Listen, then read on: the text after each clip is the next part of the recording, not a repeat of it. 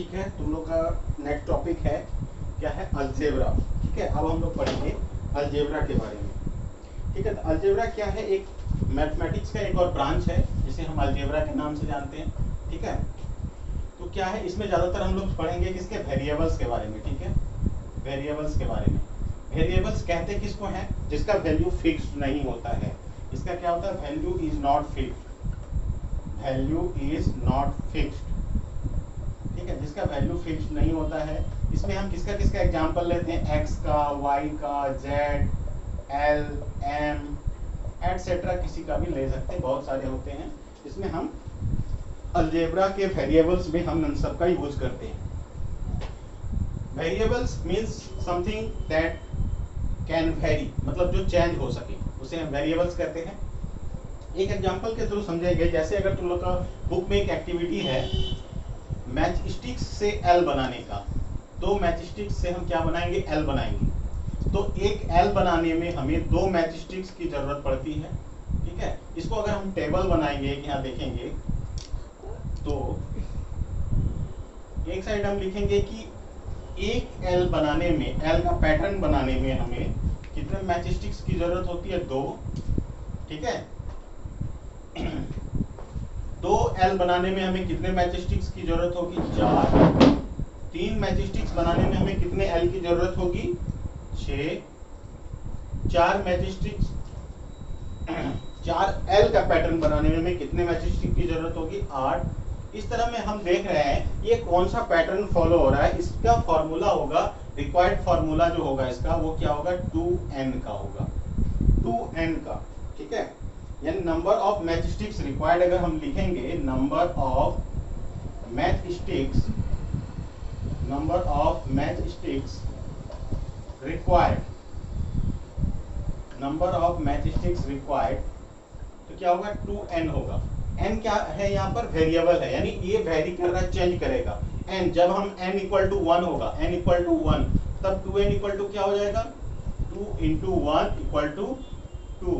ठीक है, जब n इक्वल टू 2 होगा, देख रहे हो यहाँ, n इक्वल टू 2, तो 2n इक्वल टू क्या हो जाएगा, 2 इंटू 2 4 होगा ना। इसी तरह से जब n इक्वल टू 3, तो 2n इक्वल टू क्या हो जाएगा, 6। ठीक है, इस तरह से हम देख रहे हैं कि अलजेब्रा के वेरिएबल्स में जो वेरी करता है, जो चेंज होता है, वो जो जैसे n जो यहाँ पर वेरिएबल है, तो किस तरह से हमने यहाँ देखा कि l का पैटर्न बनाने में, ये एक्टिविटी है तुम लोगों के बुक में, जिसका पहला चैप्टर में भी है। तुम लोग l है, अगर तुम लोग n बना रहे हो तो कितने मैच स्टिक्स की जरूरत होगी। ठीक है, 3 मैच स्टिक्स से तुम n बना सकते हो। इस तरह के क्वेश्चंस भी हैं तुम लोग के बुक में, पहला चैप्टर में। ठीक है, तो पहला अगर एक n बनाने में 3 मैच स्टिक्स की जरूरत होगी, तो 2 n बनाने में 6 होगा। इस तरह से तुम आगे बढ़ते जाओगे और फिर कौन सा फॉर्मूला उसमें यूज होगा उसको लिखना है। तो ठीक है, अब हम देखेंगे नेक्स्ट टॉपिक जो तुम लोगों का है, यूज ऑफ वेरिएबल्स। इसमें हम देखेंगे कि वेरिएबल्स का यूज कैसे होता है। ठीक है, तो यूज ऑफ वेरिएबल्स में हम देखेंगे ज्योमेट्री में फॉर्मूला। जैसे तुम लोग को पता होगा, पिछला चैप्टर जो मेंसुरेशन हम बताए थे, जैसे एक स्क्वायर है, ठीक है, इसका चारों साइड जो है ए इक्वल है। ठीक है, इसका पेरीमीटर क्या होता है, पेरीमीटर क्या होता है स्क्वायर का, 4 इंटू साइड। ठीक है, 4 इंटू साइड, और साइड क्या है, ए। यहाँ पर हम क्या ले रहे हैं, साइड ए, यानी 4 इंटू ए, और ए क्या है, यहाँ पर वेरिएबल है। ठीक है, वेरिएबल मतलब जो चेंज होता हो, कभी अगर ए यहाँ पर 8 रहा, कभी 16 रहा, कुछ भी रहा, तो ये चेंज होता जाएगा, यानी ये वेरिएबल है। इसी तरह से हमने रेक्टेंगल में भी देखा था।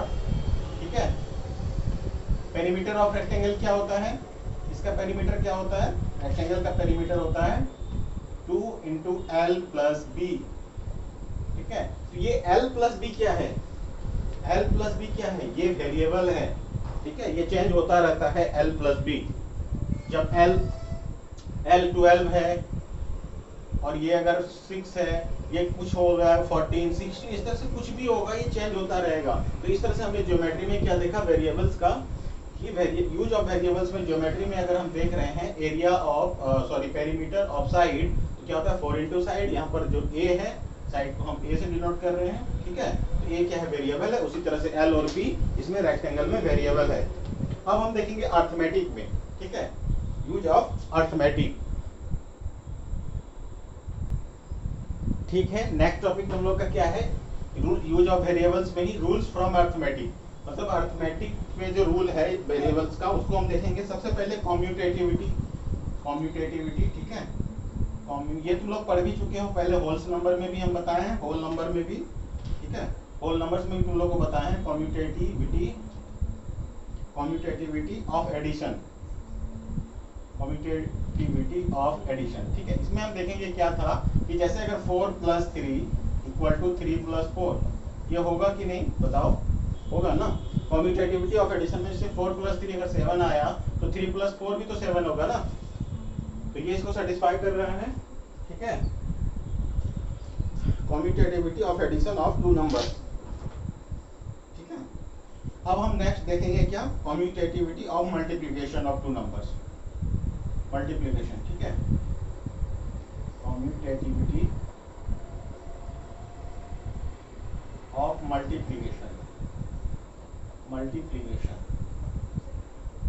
ऑफ 2 नंबर्स, ठीक है, 2 नंबर का ऑफ 2 नंबर्स। मल्टीप्लिकेशन में ही हम देखेंगे सेम इसी तरह, अगर ले लें इसी नंबर्स को हम ले लें 4 × 3 = 3 × 4, क्या सेम होगा, 4 × 3 ले लें तो क्या हो जाएगा 12 × 12। एक दूसरा एग्जांपल ले लेते हैं 5 × 7 = 7 × 5, तो होगा 35, इधर भी 35। तो हम कह सकते हैं कि commutativity of addition of 2 numbers और commutativity of multiplication of 2 number दोनों ही सेटिस्फाई कर रहा है, ठीक है। अब नेक्स्ट जो है क्या है, डिस्ट्रीब्यूटिविटी ऑफ नंबर्स। इसमें क्या है कि a × b + c = a × b + a × c, ठीक है, इसको सेटिस्फाई करता है कि नहीं, इसे हम भी चेक कर सकते हैं। कोई एक एग्जांपल ले लेते हैं, जैसे 7 × 30 + 8 या 38 होगा, ऐसे अगर हम लिखें 7 × 38, जो आएगा वहां भी ये आ जाना चाहिए, तो हो जाएगा सेटिस्फाई, ठीक है। 7 × 30 + 8, तो यहाँ हो जाएगा क्या 7 × 30 + 7 × 8, ठीक है। इस तरह से हम इसको क्या मल्टीप्लाई करेंगे, कितना हो जाएगा 210, हो जाएगा 266, इसको भी हम मल्टीप्लाई करेंगे तो आ जाएगा 266, ठीक है। डिस्ट्रीब्यूटिविटी ऑफ नंबर्स का फॉर्मूला क्या है, a × b + c = a × b + a × c, ठीक है। इस तरह से ये जो तुम लोग का 3 फार्मूला था इसमें, या 3 रूल्स था, रूल्स फ्रॉम अर्थमेटिक, इसमें था commutativity of addition of 2 numbers, commutativity of multiplication of 2 numbers and distributivity of numbers, ठीक है। ये 3 तुम लोग का रूल्स था। अब नेक्स्ट जो है तुम लोग का वो क्या है, solution of an equation, solution of an equation, solution of an equation. इसमें क्या है कि हम किसे कहते हैं सॉल्यूशन ऑफ एन इक्वेशन, कि जब वैल्यू ऑफ वेरिएबल्स जो होता है, वेरिएबल्स जैसे x, y, z, l, m, n extra कुछ भी हो, उसका जो वैल्यू होता है वो अगर सेटिस्फाई करता है इक्वेशन को, तो वही सॉल्यूशन ऑफ द इक्वेशन होता है। जैसे एग्जांपल अगर हम लेते हैं 2x = 12, ठीक है, इसमें वेरिएबल क्या है, x है। अब तुम लोग बता सकते हो कि x के जगह पर ऐसा हम कौन सा नंबर रखें जिससे अगर हम 2 को मल्टीप्लाई करेंगे तो 12 आ जाएगा, तो तुम लोग को पता चल जाएगा यहाँ हम 6 रख सकते हैं, ठीक है। तो यानी जो इसका सॉल्यूशन आएगा वो 6 है, x का यानी वेरिएबल का वैल्यू जो आया 6 है, वही इसका सॉल्यूशन ऑफ द इक्वेशन आएगा। कैसे हम इसको सॉल्व करेंगे, 2x = 12, x = 12/2 यानी 6, therefore x = 6, ठीक है। इसी तरह से और एक एग्जांपल हम लेते हैं, जैसे x + 10 = 30, ठीक है। अब x की जगह पे ऐसा कौन सा नंबर तुम लिखोगे जिसको 10 से प्लस करने पर 30 आ जाए, तुम लोग आसानी से बता दो कि 20 होगा, ठीक है, क्योंकि 20 + 10 30। तो इस तरह से ये क्या हो गया 20, ये सॉल्यूशन ऑफ एन इक्वेशन, ठीक है, सॉल्यूशन ऑफ एन इक्वेशन। तो x का वैल्यू यानी value of variables in an equation which satisfy the equation, यानी जो इक्वेशन को सेटिस्फाई करे। ये इक्वेशन सेटिस्फाई कब होगा, जब इक्वल टू के इस साइड वाला LHS और RHS इक्वल होगा, तभी तो इक्वेशन सेटिस्फाई होगा। जैसे अगर हम x का वैल्यू ऐसा क्या लाएं जिसको 10 से प्लस करने के बाद 30 आ जाए, तो अगर हम इसे फाइंड करेंगे तो कैसे होगा, 30 + 10 इस साइड आएगा, RHS में हो जाएगा -10, हो जाएगा 20, यानी x का वैल्यू आ गया 20। इस तरह के क्वेश्चंस है तुम लोग के एक्सरसाइज, उसी में लास्ट एक्सरसाइज में और कंप्लीट कर लोगे, इस तरह से तुम लोग का पूरा एक्सरसाइज कंप्लीट हो जाएगा। ओके।